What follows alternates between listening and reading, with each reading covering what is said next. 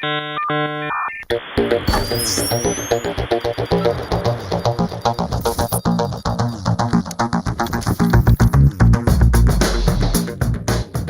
everyone, welcome to The Download, coming to you live from the Archbishop Fulton J. Sheen studio right here in the Archdiocese of Detroit. Today we are talking about something that is relevant to the news but also with a long history. We're talking about anti-Catholicism and specifically American anti-Catholicism, something that has a very long and sordid history in the United States. Of course, nowadays it seems like this is the last acceptable prejudice. It's not acceptable to be prejudiced against blacks, against Jews, against homosexuals, against any sort of ethnic or religious minority at all, but it does seem like it's acceptable to be prejudiced against Catholics. Now, of course, this is of particular interest right now because today Donald Trump will be announcing his pick for the Supreme Court, and rumor has it that a number of his frontrunners are Catholic. And previously, when Catholic nominees for federal judicial positions have gone before the Senate and before other committees, they have been grilled specifically on their Catholicism, and a horrible anti-Catholic bigotry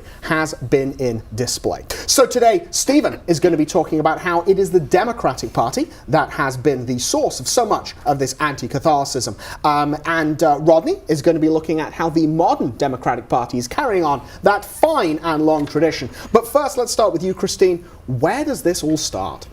Oh gosh, America has a very deep history of anti-Catholic bigotry, and a lot of people don't realize that. You know, we talk about the land of the free. Well, really, it depends on whether or not you're a Catholic or Puritan. People don't realize this, but in 11 of the 13 colonies, Catholicism was actually outlawed. That there were fees that people had to pay if they didn't go to Protestant services, that sort of thing. Some places were worse than others, it depended. Boston was probably the worst. It was a Puritan stronghold. For instance, there were a few years there where Christmas was actually banned because it was considered too papist.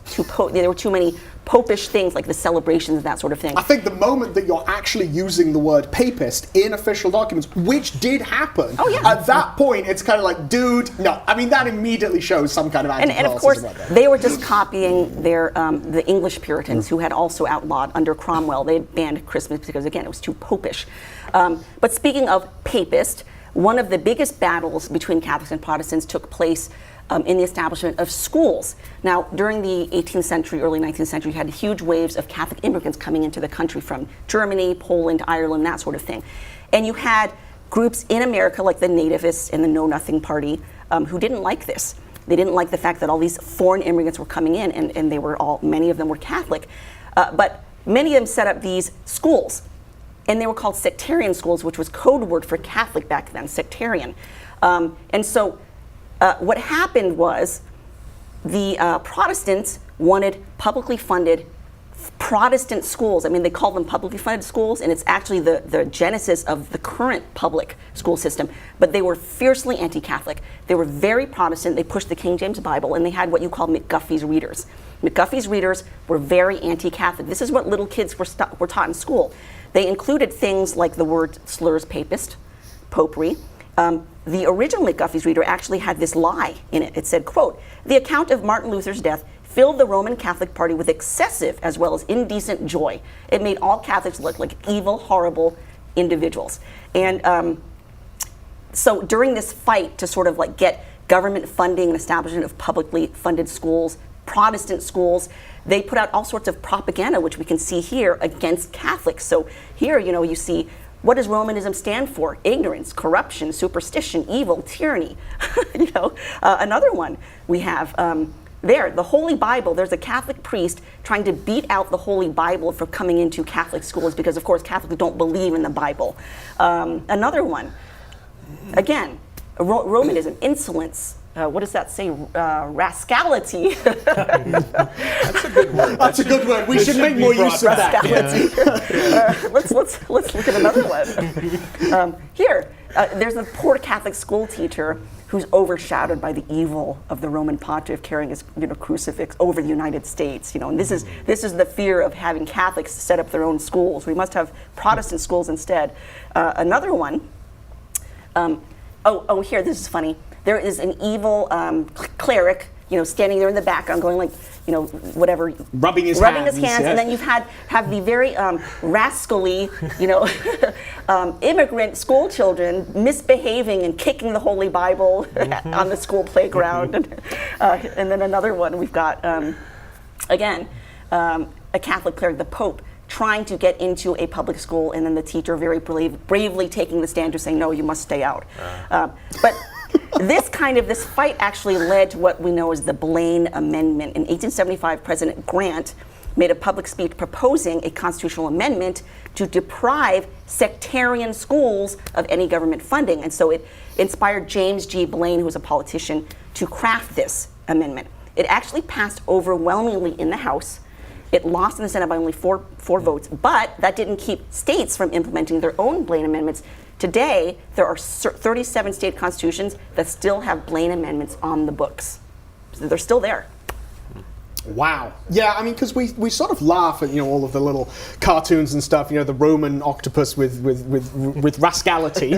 But I think that's you look at that and it's like, oh wow, that's like shockingly bigoted. Yeah. And when you show the immigrant children, that's like shockingly racist. Well, I mean, what is this? No Irish need apply? It changed the word Catholic or Pope with Jew. Yep. And people look on that as the great, they'd be horrified as the great, anti-Semitic age in American history. Yeah. But when it's Catholics, nobody cares. Yes, when it's Catholics, nobody cares. And of course, we see this here. But Stephen, this particularly latched around one political party, really, in many ways, and no prizes for guessing which one. Yeah, I was going to say, guess who? The Democrats, who were particularly strong in the Protestant South a century ago, hated Catholics and were strongly supported by the Ku Klux Klan and nativists. And in the press, the faith was really portrayed, as we've seen, as some foreign agent with priests and bishops scheming to take control of the U.S. government. We've got some more examples here.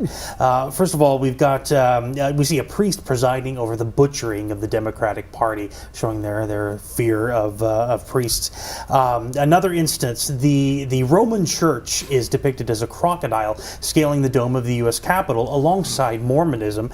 And the question is posed, religious liberty is guaranteed, but can we allow foreign reptiles to crawl all over us? All right, I've got to jump in there. Because Mormonism is like a uniquely American phenomenon. Absolutely. It was founded by Joseph Smith in upstate New York. He goes all the way out to Missouri and all this stuff. We did the whole show on it, and Houses Built on Sand, as to where this comes from. Mormonism is straight up American. Yep. It's like, if you're gonna do a political cartoon, at least get it right. Oh yeah. These are all absurd. That's pure rascality there. I don't endorse it. All right, next we see the Pope and other church agents setting their sights on the U.S. with the caption, "The Promised Land is seen from the dome of St. Peter's in Rome." And next we see a sinister-looking Pope, again with his hand stretched toward the Capitol, with the caption, "The hand that would rob us of our freedom." The question is asked, shall he be allowed to rule America? And next, we see a politician confessing, with the priest actually wiring the information onto Rome. The caption reads, "The unseen signal of the Jesuits." Again, that's got to be pure fiction, because the Jesuits do not hear confessions. I mean, it's a good point. Very good point. The Democrats were strongly supported by the Ku Klux Klan. And in fact, at the 1924 Democratic National Convention in New York, the party came within one vote of adopting a Klan platform plaque. It's just astounding to think. In the early 20th century, the KKK portrayed itself as defending Protestant America against Catholicism. As Christine mentioned, during that period, Southern and Eastern Europeans were flooding into the U.S., immigrating to the U.S. in large numbers, swelling the ranks of the Catholic Church here. And in reaction, as we've seen, political cartoons often asserted, falsely, that Catholicism runs counter to the Bible. We've got a couple of examples here. Here we see a Klansman sitting atop a toppled bishop, of course with his Bible in hand. Next, we see a Klansman beating back the hand of Rome with the ballot, really rallying the anti-Catholic vote.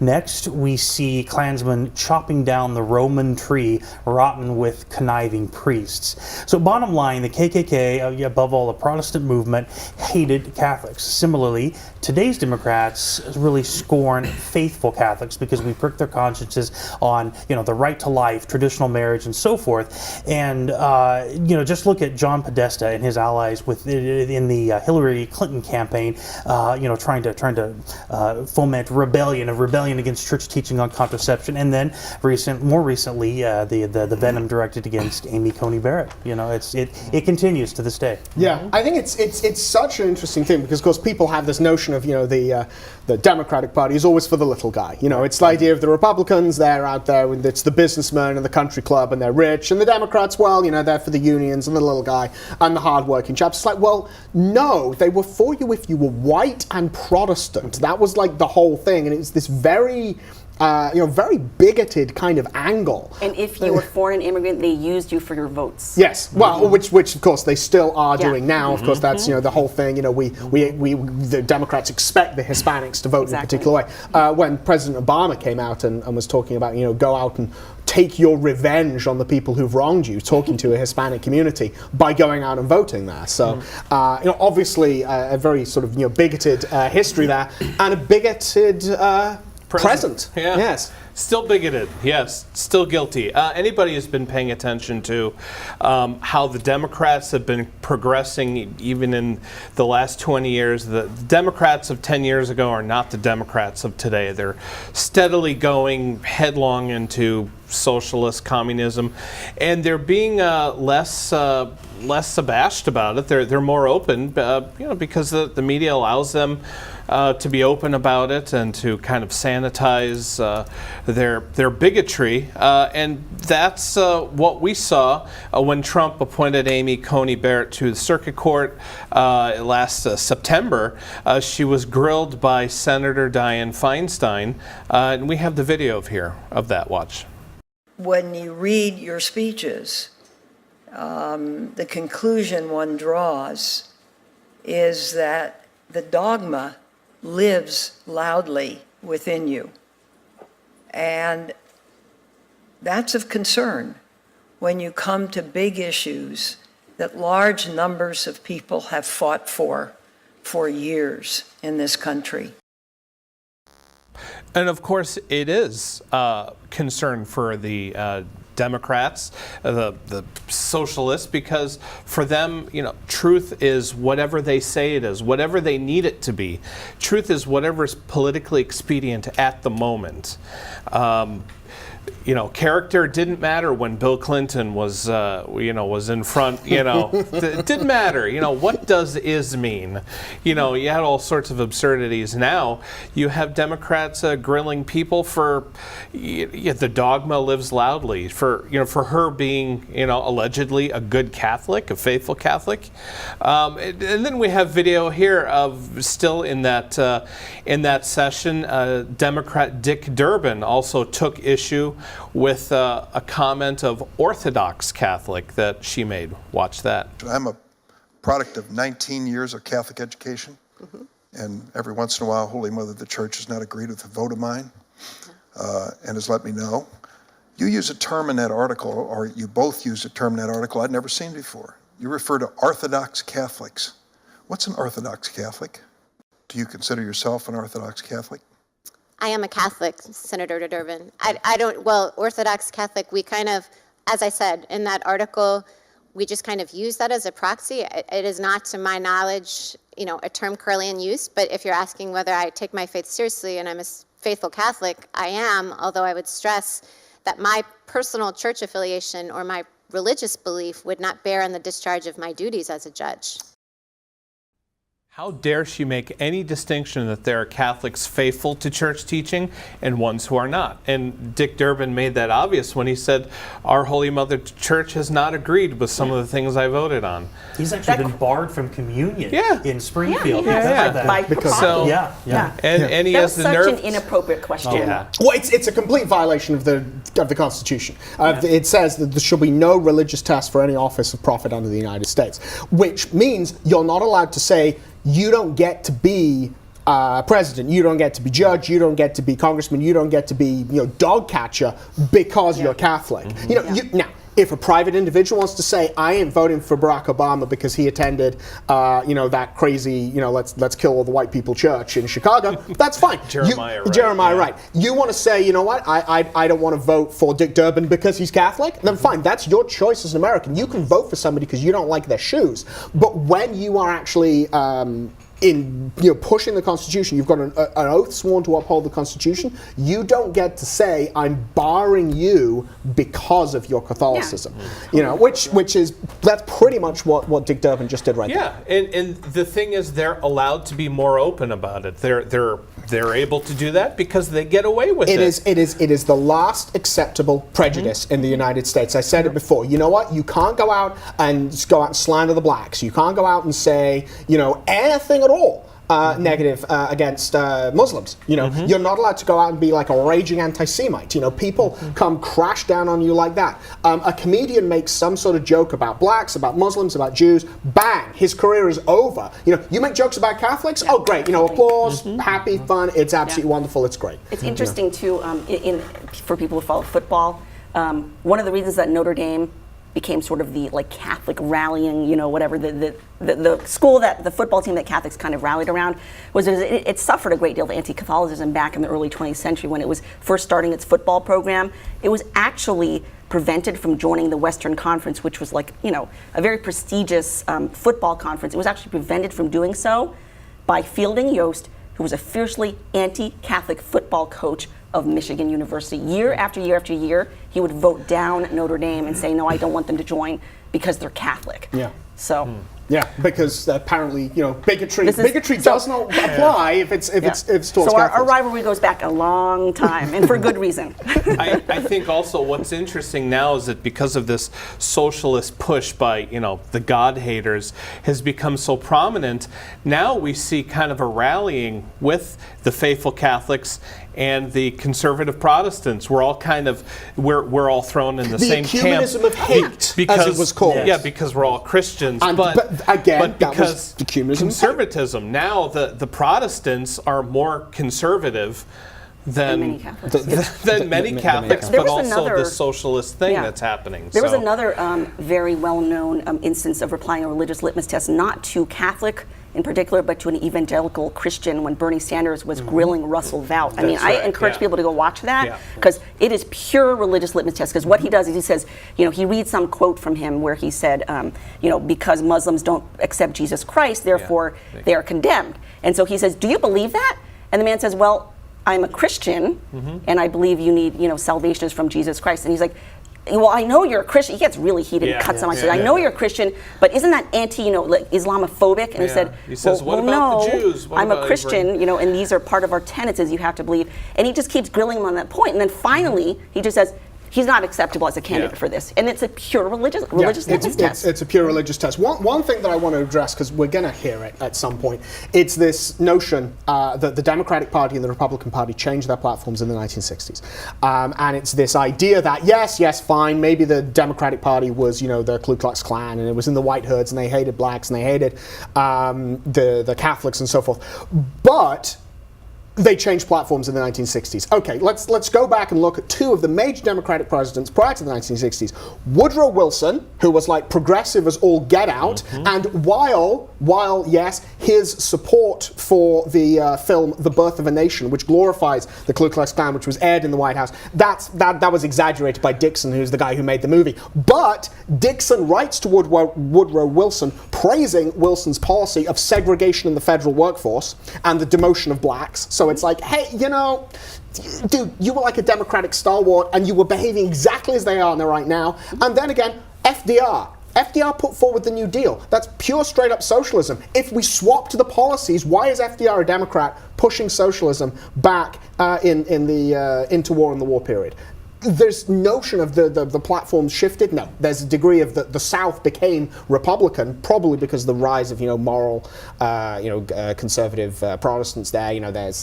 But this notion that the Democratic Party has changed, no, they were born out of bigotry towards ethnic minorities, towards religious minorities, and they are still carrying it out today.